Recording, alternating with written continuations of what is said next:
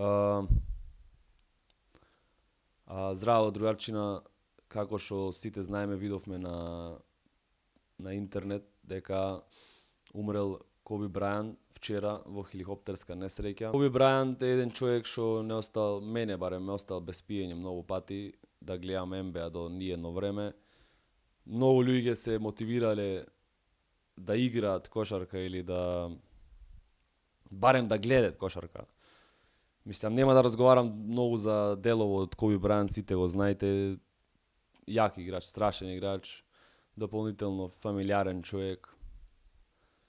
И нема што да се кажи за него, освен тоа дека е кеет звезда и великан за секогаш во светов. Сега, од вакви евенти стално излекуваме по некоја поука, иако што таа поука не држи само неколку дена, што е многу тажно. Прва работа што сакам да ја кажам како заклучок или поука е тоа да многу ние луѓето ставаме акцент на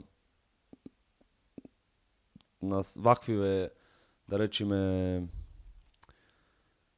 случаи. Да, тажно е дека Коби Брајант умрел, да, тажно е дека умрела и ќерка му на 11 годишна возраст, што е многу потажно че умрел Коби Брајант.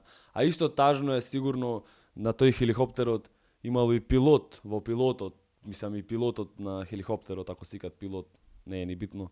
И тој умрел. Природава човечка е тоа да сите умираме, значи сите еден ден ќе умреме. Не смееш да си дозволиш самиот да си земаш при срце било каква смрт, ма се направиме мове, сега не е за најблиски, туку правиме мове за некој ваков човек што нити си го познавал, нити нешто, значи само имаш некакво мислење за него поради негова животна дејност. Мислам, далеко од тоа дека, како што кажав, Коби Брајант е сварно великан, али ти како обичен смртник не смеш да си дозволиш да твоево време се троши во тоа што ќе гледат и ќе сочувствуваат со луѓе кои практично не му значат уопште во животот. Некој мој да не се сложи со мене со ова, мислам многу веројатно, али муабетов ми е тоа да секој да си го гледат својот живот. Сега овај ваков евент ќе не натера да размислиме демек овој пари имаше, све имаше, ама ево умре, бла бла бла, ти текви, ти после 2 дена пак ти го тераш истиот живот и пак не си благодарен тоа што си жив, пак не си благодарен тоа што имаш дома ти за јадење све, пак не си благодарен што имаш пријатели, пак не си благодарен за ништо друго и те фаќаат некој депресија, некој анксиозности, некој глупости заради тоа што не си благодарен, а 2 дена пред тоа си рекол леле јас што сум жив, овој милионер, милиардер. Мислам, ме разбирате што сакам да кажам.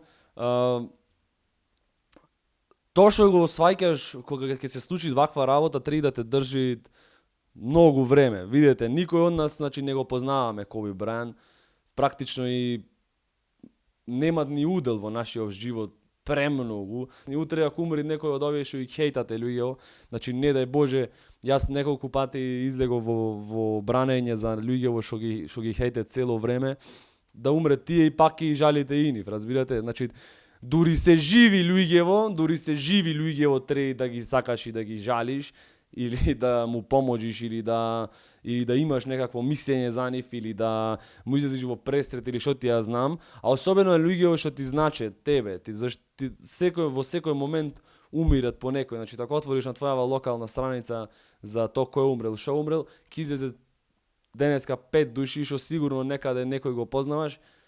Така да не можеш ти вечно да го помениш животот во жалење, напротив, луѓево треба да ги сакаш и да ги поштоваш дури се живи, а ти како единка треба вакви дешавки, мислам, случувања да ти донесет една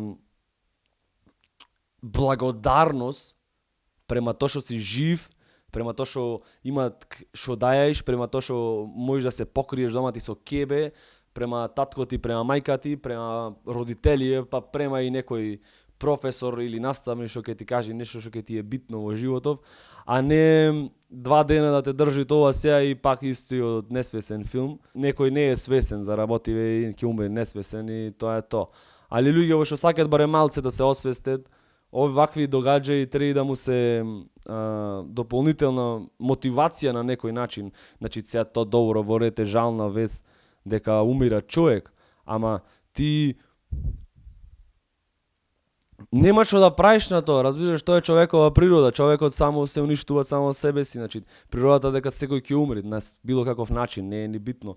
Ама ти треба до крајов на твојов ден, до крајот на твојов месец, до крајов на твојов живот да работиш секој ден за мислам да правиш работи што те исполнуваат тебе и да ги сакаш луѓето дури се живи. Разбираш? Дури се живи.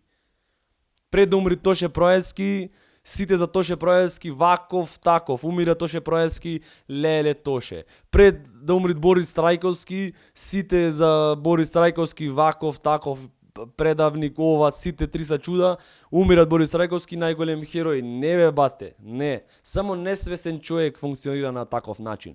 А за жал 99% од нас сме несвесни.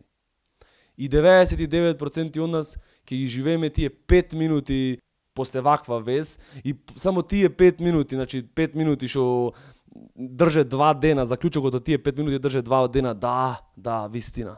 Овај пари имаше, све имаше, ама умре сега јас, деме хубаво што сум жив, фала многу Господе што сум жив, уште 2 дена држи ти пак истите работи после 2 дена.